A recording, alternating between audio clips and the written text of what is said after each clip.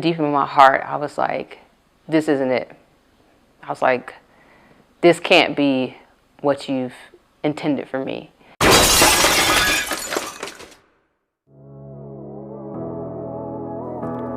From broken to broken, this is my story, my testimony. Okay, so we're back. We are back. Yes, we're back for episode 3. Episode 3. I have to say, after the release of the first 2 episodes, I was really eager for this one because I'm like, all right, I kind of set the stage for everything and I really, really want to go deep. Good. So, before we get started, tell us about yourself. A little bit about me. I feel like I didn't do the best job of introducing myself in the first one. But a little bit about me. I'm from Raleigh, North Carolina, originally, born and raised. Shout out to Raleigh, my Raleigh people. I am one of 8, so I come from a really big family, really spread out. I'm right in the middle. And then also, I am a dog mom. I have a 3-year-old Yorkie. Her name is Love. And then I have 2 turtles. One is a red-eared slider, for those who like turtles. And the other one is an African side-neck turtle, Spike and Buddy. All right, so shout out to Riley. Raleigh.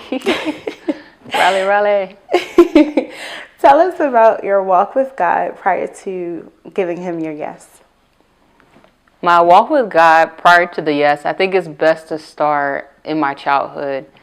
So my childhood, I was raised in the church. I came from a household of two people who were in ministry.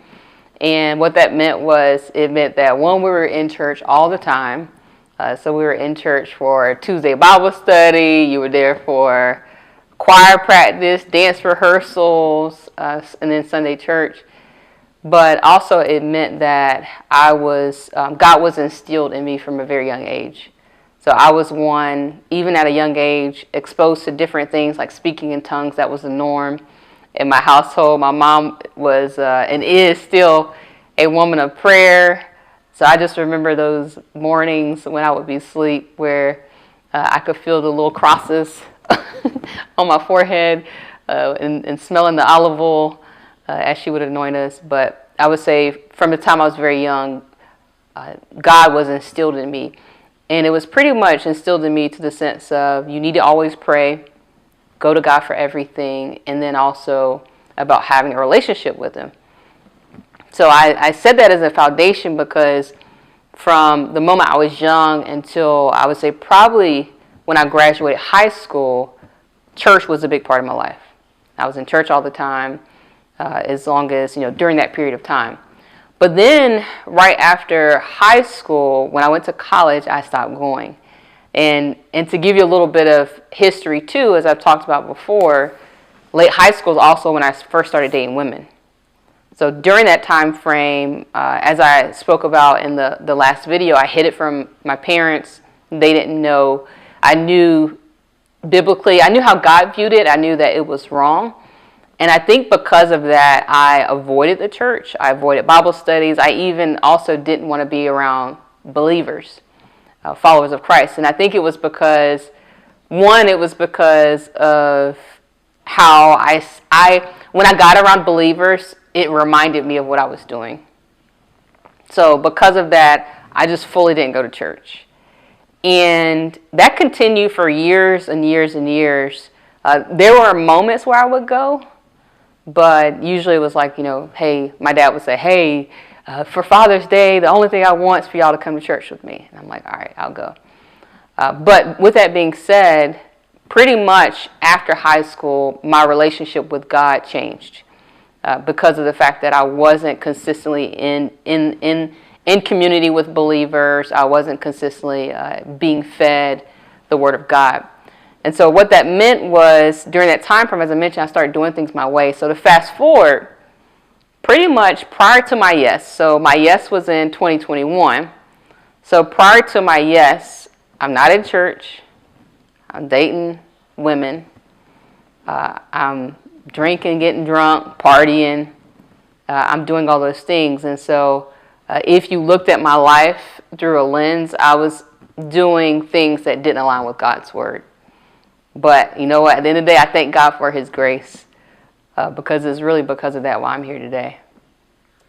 When did you realize, I need to make a change? The moment I realized it was, and I can remember the day actually, I was drunk. My relationship was on the rocks. Relationship wasn't going well during that time. I was heartbroken because of things that have happened. And I literally felt like I had emotionally hit rock bottom. And this was beyond just a day. This was a continuous thing that was happening. It honestly felt like every time I felt like I got a little bit of air, something would come and knock me off my feet. And it actually wasn't until one of my friends pointed out to me, she said, "You realize you're going through the same cycles every week?" And when she told me that, I was like, it made me look like I am going through this every week. But in that moment, I just felt sad. I even at one point was like, am I depressed? And I was drunk. And I just knew deep in my heart, I remember I was crying. And I knew deep in my heart, I was like, this isn't it. I was like, this can't be what you've intended for me. And this was during COVID. So mind you, during COVID, everything shut down. So there was no distractions. I couldn't go to the bar. I couldn't do anything. And I had to sit. And I sat, and I remember during that time frame, I had got off social media for about 9 months that year. But as soon as I got back on, I ran across a post from a friend that said, "Are you worthy?" And I think that was the moment, like during that time frame, seeing my life, like having to sit, having to look at myself, and seeing my life in this spiral of things, it really made me, like I said before, reflect is there has to be more. And when she posted that post, I was like, okay, God, I know that you have more for me. So because of that, I would say that was the moment I knew that I had to make a change. But the core of it was I didn't have joy anymore. I was happy at times, and that's the thing that I learned is there's a difference between happiness and joy, because happiness can come based on situations, based on people, based on circumstance. But joy is something that only God can give. And the thing about happiness is it fleets, but joy remains. When you're rooted in God, joy remains. And being that I had those moments of darkness, and of course I would come out when I would go hang with my friends, when I would party. But then as soon as I left those places, I was literally right back to the same place. So I knew, I was like, it's time for me to make a change, and I knew I had to do things differently. What did that change look like for you? It was very gradual, to say the least. It was very gradual. God got my attention during COVID. I remember, as I said, I ran across the post, and when I ran across the post, shout out to Kendra Dublin, but when I ran across her post, and she approached me with, it was something I had seen, but not at that degree, I would say. She approached me with love. And she just basically like told me Jesus loves you. And then she spoke to me. She was like, give me a call. And I gave her a call because I was like, all right, I need a change. And when I called her, she told me about her 6-month coaching program. So I entered into the program, and the program was about finding your purpose, what's your purpose to do. Because as I said before, I knew that God had more in store for me. So I'm like, God, I'm supposed to be doing something now. And one of her requirements was you had to read a chapter of the Bible a day. Mind you, it's so interesting how God works, because my mom had just bought me a Bible. I didn't even have a Bible before then, but my mom had just bought me one. And here I am reading a chapter a day. And I'll tell you, as I said, the process was gradual, because some days I didn't read. And one thing I love about Kendra is she would literally text me every single day and ask me, did I read the chapter? Like, Y'all, she texted me every single day. It was like, did you read? And it got to a point to where it became a rhythm. And then sometimes she would just send the eyeballs. She wouldn't even say nothing. She would send the eyeballs. But having her, that accountability and to push me, it made it so that even when I didn't do it, I'm like, okay, I know what I need to do. But mind you, during that time, I was still drinking. I was still dating, involved with the woman, the person I was with. And so it was a very much gradual process that I went through, where sometimes I failed, sometimes I struggled. But whenever those times happen, God always, I'll tell you one thing about God, is he always used someone to help encourage me, so that even though I fell off the horse, it was like, all right, it's time to get back on it and keep moving forward. Testimony video. Mm-hmm. You shared that a pivotal moment for you was when God showed you that you were a hypocrite. What happened, and how did that change your walk with God? Yeah, I'm laughing because it was funny. So after I went through the coaching program, I think by month 3 or month 4, somewhere around there, we started talking about, who's your target audience? What do you feel like God told you to do? So during that time, God had told me, he said, I want you to teach Bible study. And I remember hearing that clear as day, but I was like, Lord, did you forget who you're calling? So anywho, he said he wanted me to teach Bible study. And mind you, too, I had only been reading the Bible for, like I said, a few months, just picking it back up. And for me, because I was out of the church for so long, it felt like I was reading it from scratch. I remember very little stories. I remember Jonah and the fish, but honestly, I didn't even know the depth of the story until now. I remember Noah and the ark, and Father Abraham had many sons. That's like the gist of what I knew, what I remembered. And God's like, go teach Bible study. And so I was like, all right, well, I'll go teach. So I started teaching. I texted a group of friends, started teaching. Well, during that time frame, even though I was teaching all these things, I wasn't walking and living everything that I was teaching. But here's the thing. I was honest about it. Like, I was straight up with the people I was teaching. Like, yeah, I be struggling too. Like, I was teaching them about walking in faith, but I was like, yeah, I be struggling too. God be telling me stuff. And I just remember there was probably a month or 2 after I started teaching, one of my friends, she came to me and we were talking, catching up. And she said, yeah, I like you. And I'm like, one is my friend. I'm like, well, I hope you like me like that.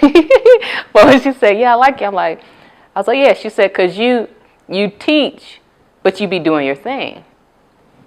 And she meant it like in the most, like as a compliment. She basically was saying like, she meant it as a compliment. She was saying you teach, but you're real about your walk.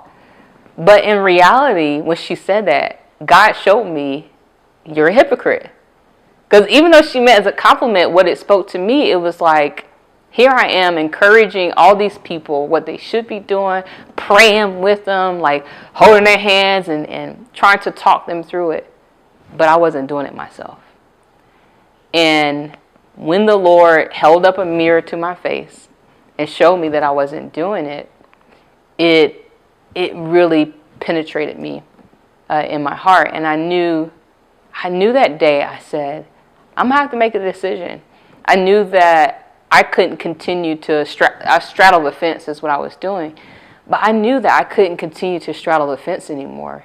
And that really changed my walk, because during that point in time, God started to do the work in my heart, basically saying that you need to, whose side are you on, is basically what he was saying. He was saying, whose side are you on? You can't be on both sides. You can't serve me and then go out and do these things. He said you need to make a choice. And so I had to really search deep inside and continue to pray that, Lord, change my heart. Lord, do the work in me so that I could do what I know I need to do. Okay. What has helped you to continue to move forward in your walk with God? I'll break it up into a few different categories. So the first one was just being honest. I had to be honest with God about where I am. And I'm continue to be honest with God about where I am, how I feel. The second one is submission. And I think that's important because you have to understand that you can't do it all yourself. And one of the things that I know sometimes and I say we, I'll speak about myself, that I have a tendency to do is, I think because in society, and I would say even in the African American community, we are taught to be strong. It's like you have to be strong, and therefore sometimes we could be struggling in a place where we feel like we're at our lowest, but yet we put on a face and act like nothing is wrong. And although that may help you in certain areas of your life, when it comes to your walk with God, God wants your brokenness and He wants your weakness. And I always say that. I said God doesn't want your strength, He wants your weakness, because He wants someone that He can mold. And so being submissive has helped me because, one, I'm honest with God about where I am. Like, Lord, some days, like legit, some days I tell God, I'm like, God, I'm struggling today. Like, Lord, I'm not feeling it today. God, I don't feel like praying today. And in that honesty, God can do what He needs to do to help me, because what I'm doing is I'm submitting to Him and coming to Him so that He can do the work. So those are the first two. I think the other one is submersion. And one thing about me is, in my walk with God, it's not just an on-camera thing. It's not I'm sitting teaching Bible study and then I'm going off and doing things. No, even off camera, I'm spending time praying. I'm spending time reading the Word. But it's one of those things where I'm consistently surrounding myself around things that are building me in my walk with God, and it's not doing the opposite. Because I'll even share an example, and my friends, I actually sent this to them not long ago, but I remember even one time just stepping away and wanting to have some fun and hanging out with some friends, and I was hanging out at one of my friends' house, and while I was there, they were having a party, doing all these things. It was like a gathering. It wasn't like a party, but playing music and profanity and all this other stuff. Which, one thing about me is you do what you do. Like, for me, when it comes to people in their walks, I'm not going to be one to, unless God gives me instruction to, I'm not going to be one to say, oh, you don't need to be doing this or that. That's not my place. And so I was there kind of chilling for a little bit and was about to leave. But one of the things that happened shortly after me being there was I was in my car. This was probably a few days later. I was in my car. A car cut me off on the road. And the first thing that came out of my mouth was a curse word. And I remember when that happened, it shocked me. Like you would have thought that I done stole something, because as soon as it happened, my heart dropped. And I was like, oh my goodness, where did that come from? But the Lord actually showed me. He pointed me back to what happened a few days ago, me being in that environment, to where even though while I was there, a part of me, I was like, I'm tuning out what they were doing. But in reality, I was actually listening. And the words and what they were saying was entering me. And so I say all that to say I surround myself, and I like to use the word submersion, but I'm always, doing things to help build my walk with God. And then I think the last one that's helped me is community. Oh my goodness. Being able to hit friends up and say, like, yo, I need prayer. Like, I need y'all to pray with me. And because at the end of the day, we're all human. We all have places where we struggle. We all have weakness. But having those who understand, who are in a similar place as you with Christ, it helps a lot, because even the moments where you feel weak and you feel like you can't continue anymore, you have someone that's there to, one, hold you accountable, but then also there to encourage you and help hold each other. I like to think about, even from a trust fall standpoint, you have someone there to help support you when you struggle. But these things really, really help me to continue to take steps and continue to move forward in my walk with God. And of course, above all else, His grace. I mean, without his grace, I couldn't do it. But that has helped me a lot. There are many who may watch this that are in different places in their walk with God. What message do you have for them? I think an important message is to know that you can see where I started. Like, I was speaking about this not long ago about how I was texting actually a friend of mine, and I was telling them, because they were saying, I'm so proud of you and I see your walk with the Lord and how you titled this From Sinner to Saved, and I told them, I said, well, you've seen the journey up close. Like, you saw me when I wasn't, and I always say I wasn't looking for God, but I really wasn't. Where I wasn't looking for God, I wasn't trying to hear anything he had to say. But the thing is that regardless of how I treated God, it never changed the way he treated me. And so even when I rejected God, God did nothing but open his arms to me. And so I think the first thing I would say is know that you're not too far gone. It doesn't matter what you've done. It doesn't matter, who you've done it to. The thing about God's love is it's without conditions. There is nothing that we can do that can separate us from God's love. And so knowing that, that's something that you can rest in, because it's a beautiful thing that knowing that, hey, I mess up and I'm going to mess up again in the future, but knowing that won't change the fact that God loves you. It won't change the fact that God has chosen you.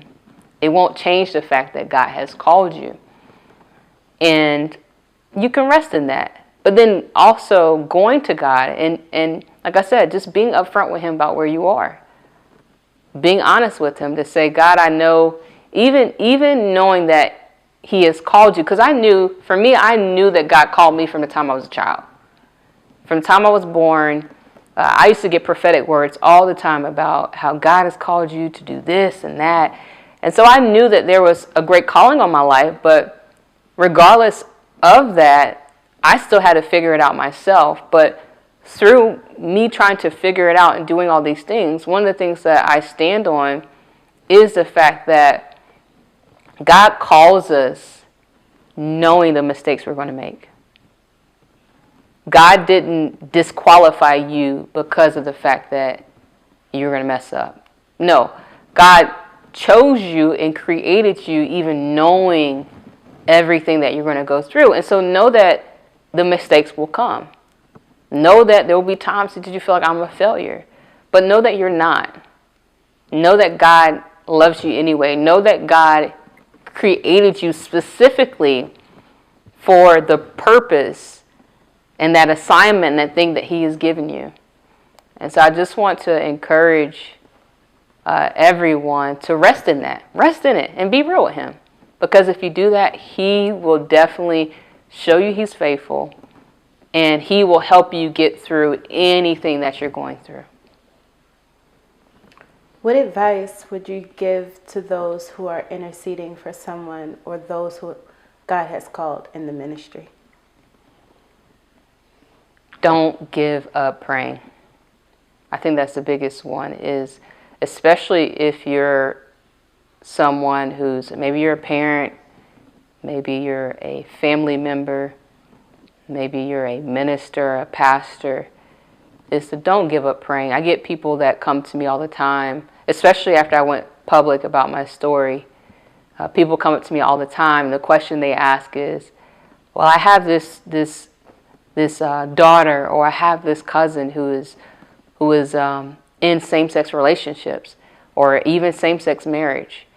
And the thing is, a lot of them come, and the thing about, I would say for those of you who are those who have people who are in your family or friends, is sometimes we could be so zealous for God that we have a tendency to come off harsh towards people. But the thing is, we have to approach it with love. God has told us to love our neighbor. It talks about loving God above all else, above all things, but then also loving your neighbor as you love yourself. And so the core of it is love. I'll tell you all, my mom showed me love. And because of her love, it allowed me to open up. But at first, when she tried to be resistant, when she was like, because when she first, I say suspected, she probably knew, but she approached it with resistance. And when she did, it pushed me away. It put a wedge between us. It really affected our relationship. But the moment that she told me, I still love you regardless, then it caused me to put my wall down, and I knew that she was someone that I could go to talk about these things. But the core of it, though, was although she loved me, she also never stopped praying for me. And God reassured her long ago. He said, leave her to me. Just love her. But her prayers, I tell my mom all the time, I say, her prayers are the reason why I am here. And so I want to encourage you all, regardless of what you see on the surface, keep praying. Keep praying. And for those of you also that God has delivered, especially if you're watching this, maybe your story's like mine, maybe God's delivered you from something else, is share your story. Share your story with people. That's honestly why I'm doing this. Is, of course, I'm doing it because God told me to, and who am I to tell him no? But I'm also doing it because when I was going through it, I had nowhere to look for encouragement. There were no videos out there. I didn't see anybody. And of course, there were some people, but they weren't made known to me. But I didn't see anyone out there. And it was I felt very alone in the process. I'll say that. I felt very alone. And I'm doing this now, though, because I think it's important to speak to those of you who are going through it right now and let you know that you're not alone. You are not alone by any means. There are other people, even outside of myself, other people who have gone through, other people who are coming out. There are other people. So know that you are not alone. And there's God. God is with us through every step of the process. But I say all this to say that by sharing your story, those who God has delivered from anything, you never know that person that you're speaking to, that you're going to help get through that hump just because you were bold enough to share your story. So that's what would be my advice for those who are in Christ, that know someone that is in same-sex relationship, or just someone who's struggling in general. Thank you for watching From Broken to Broken. To stay connected and see what's next, like, comment, and subscribe.